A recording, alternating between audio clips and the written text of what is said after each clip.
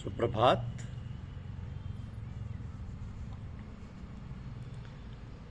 सतगुरु बड़े सराफ हैं,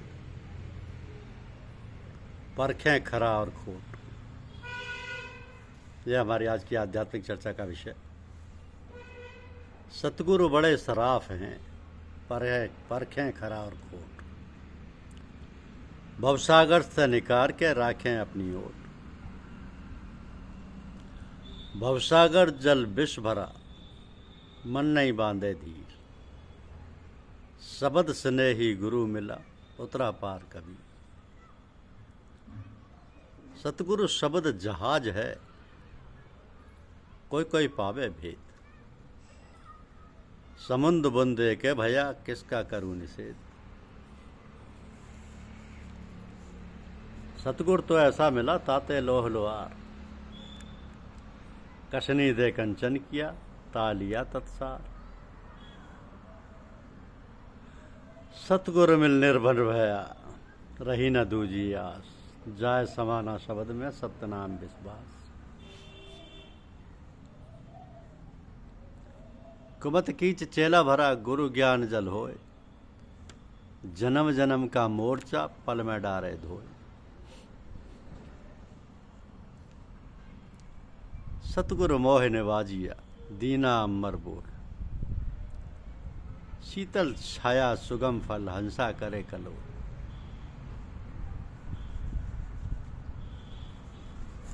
शब्द स्नेही गुरु मिला, उतरा पार कबीर। भवसागर जल विष भरा, मन माए मन नहीं बांधे धीर। कहते हैं कि गुरुमुख गुर चितवत रहे, जैसे मणि भुवंग। कह कबीर बिसरे नहीं, ये गुरुमुख को अंग। गुरुमुख गुरु चितवत रहे, जैसे शाह दीवान। और कबीर नहीं देखता, है वाही को ध्यान। गुरुमुख गुरु आज्ञा चले, छोड़ दे सब काम। कह कबीर गुरुदेव को, तुरंत करे प्रणाम। उल्टे सुलटे बचन के शिष्य न माने दुख। कहे कबीर संसार में, सो कहिए गुरुमुख। सेवक मुखी कहावई, सेवा में दृढ़ नाय। कहे कबीर सो सेवका, लख 84 जान। तो फल कारण सेवा करे, तजे न मन से काम। कहे कबीर सेवक नहीं, चाहे चौगुना दाम। सतगुरु शब्द उल्लंघ के, जो सेवक कह जाए। जहां जाए ताकाल है, कह कबीर समझाए। गुरु बेचारा क्या करे, जो शिष्य माही चूक। भावे जो प्रमोदिये, बांस बजाई फूंक। गुरुविन माला फेरता, गुरुविन करता दान। गुरुविन सब निष्फल गया, बूझो वेद पुराण।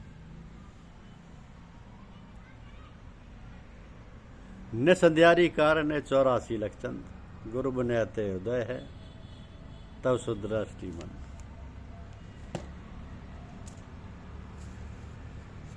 तो जीवन को सार्थक और सदुपयोगी बनाने के लिए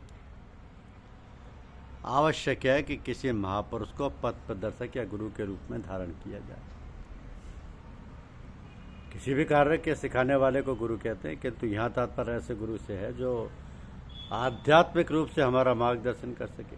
ऐसे गुरु को सदगुरु, संत या महात्मा कहते हैं। अब आजकल के समय में ऐसे संत सदगुरु का मिलना सहज कार्य नहीं है, परंतु असंभव भी नहीं। हाँ, लगन होनी चाहिए। जब मनुष्य सच्चे दिल से किसी बात के लिए काम न करता है, तो भगवान उसकी इच्छा पूर्ण करते हैं। तो ऐसे संत सदगुरु या सत्पुरुष कभी कभी और कहीं कहीं मिलते हैं, जब भगवान की प्रेरणा होती है। तो सतलुक के वासी सत्पुरुष लोक कल्याण के लिए संसार में मनुष्य रूप धारण करके अवतरित होते हैं और संसारी पुरुषों को मार्गदर्शन का लाभ देते हैं। उन्हें बड़ी सरलता से अपनी ताकत या शक्ति द्वारा उत्तर उत्तर आध्यात्मिक पथ पर अग्रसर कराकर सतलोक और उसके आगे भी आवश्यकता अनुसार ले जाते हैं। ऐसे सत्पुरुषों के साथ उठने बैठने, उनकी शिक्षा दीक्षा प्राप्त करने और उनकी आज्ञा अनुसार अपने जीवन को ढालने को ही सत्संग कहते हैं। तो सद्गुरु जिज्ञासु के जीवन की सारी गतिविधियों को आवश्यकता अनुसार अपनी सामर्थ्य और शक्ति द्वारा उत्थान कर जीवन को उलटकर परम धाम तक पहुंचाने का कार्य करने लगती हैं। सद्गुरु ही साधकों को सतनाम या नाम की विधि बतलाते हैं। तो सतनाम की देन उन महापुरुषों द्वारा ही प्रदान की जाती है। यही सूरत शब्द योग कहलाता है। यह संतमत की शिक्षा दीक्षा में प्रचलित पद्धति है, जिसका आदि संत श्री कबीरदास जी हुए। अब तो संतमत की न जाने कितनी शाखाएं प्रचलित हैं, जो देश देशांतर में अपने अपने क्षेत्र में प्रसार कर रही हैं।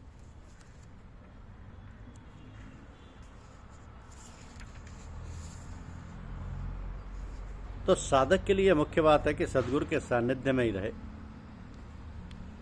और अलग रहने पर अपनी दशा की, अपने अभ्यास की और साधना की अवस्था की जानकारी देता रहे। साथ ही स्वप्न में, पूजा में, ध्यान में कोई नई बात, कोई नया अनुभव हो या कोई चमत्कार दिखाई दे, उसको तत्काल अपने सद्गुरु को बतलाए और अपने दैनिक कामों को, बातों को अपनी डायरी में लिखता रहे। समय मिलने पर यह पत्र द्वारा सूचित करता रहे। यही अटपटा मार्ग है। पथ प्रदर्शक का मार्गदर्शन पग पग पर आवश्यक है। मार्ग में नाना प्रकार की विघ्न बाधाएं आती हैं, जिनको पथ प्रदर्शक ही जानता समझता है। तो साधक को निर्भय होकर सद्गुरु की शरण लेकर के निष्कंटक मार्ग तय करना होता है। तभी हमारी साधना सफल और जीवन सार्थक होता है। ये साधना पद्धति सत्संग, सतनाम और सद्गुरु के सारे चलती है। साधक इस प्रकार की असावधानी होने पर यदि अपने सद्गुरु के सम्मुख उपस्थित हो जाता है तो फिर सब ठीक हो जाता है और सद्गुरु उसे ठीक प्रकार से साथ संभाल करके सही मार्ग पर ले जाते हैं।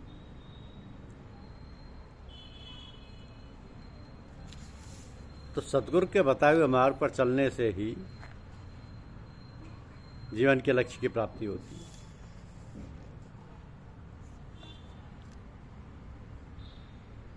साधना सफल और जीवन सार्थक होता है और हम धूमधाम तक पहुंच सकते हैं। धन्यवाद। यूट्यूब चैनल को लाइक और सब्सक्राइब अवश्य कीजिए। शुक्रिया।